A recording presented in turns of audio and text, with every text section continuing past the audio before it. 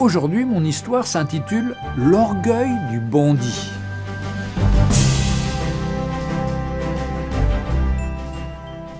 En Amérique du Sud, dans un certain pays, il y avait un homme qui s'était enrichi grâce au trafic de la drogue. Ses nombreux crimes concernaient essentiellement ses concurrents qu'il n'hésitait pas à tuer. Mais à chaque fois qu'il comparaissait au tribunal, il était toujours innocenté. Son secret ? Il avait un très bon avocat.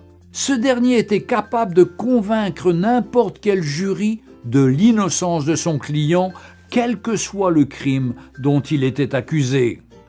Après chaque procès remporté, l'avocat exhortait son client d'abandonner ses crimes et de changer. Ce dernier rétorquait « Je te paie pour me défendre, pas pour me conseiller ». Un jour, il fit tuer un homme qui courtisait sa femme. La punition pour ce crime était la réclusion à perpétuité ou la condamnation à mort. Lorsque l'affaire fut appelée devant la cour, il appela son avocat qui, une fois de plus, convaincut le jury de l'innocence de son client. En effet, bien que l'affaire fût difficile et malgré de nombreux témoignages et de preuves, il gagna le procès et son client rentra chez lui tranquillement. Comme d'habitude, l'avocat conseilla le client « Cher ami, il se peut qu'un jour je ne sois pas là. Pour toi, change ton attitude. Et attention, je suis ton patron et non ton fils. Va donner tes conseils ailleurs, lui répondit son riche client avec orgueil. Un jour, il récidiva en tuant un pasteur qui militait contre le trafic des drogues. Mais quelque chose s'est passé, bien que l'affaire était difficile et très compliquée. Mais il était tellement sûr de son avocat qu'il appela ses amis, ses parents, sa femme et ses enfants pour assister au procès afin de voir comment il va humilier les juges et le ministère public. Alors qu'il se rendait au tribunal, il appela son avocat. Ce dernier lui rassura qu'il était en route et qu'il arrivait déjà. La salle était pleine à craquer et on attendait l'entrée du juge pour le début du procès.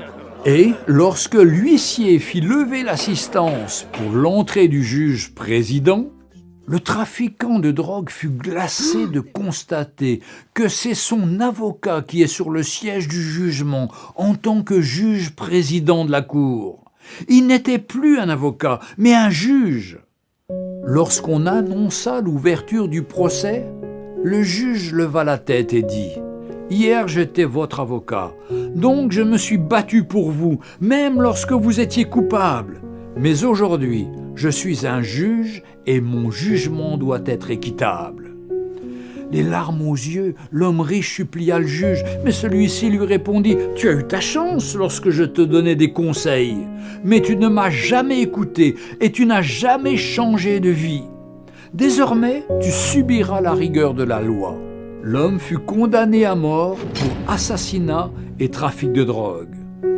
Chers amis, toi qui pratiques le péché, le mensonge, l'hypocrisie, la fornication, les meurtres, l'animosité, les querelles, l'occultisme, l'alcoolisme, etc., etc., aujourd'hui, Jésus-Christ est ton avocat auprès du Père. Il te conseille de changer, de te repentir, de te convertir avant qu'il ne soit trop tard et que tu rejettes sa voix.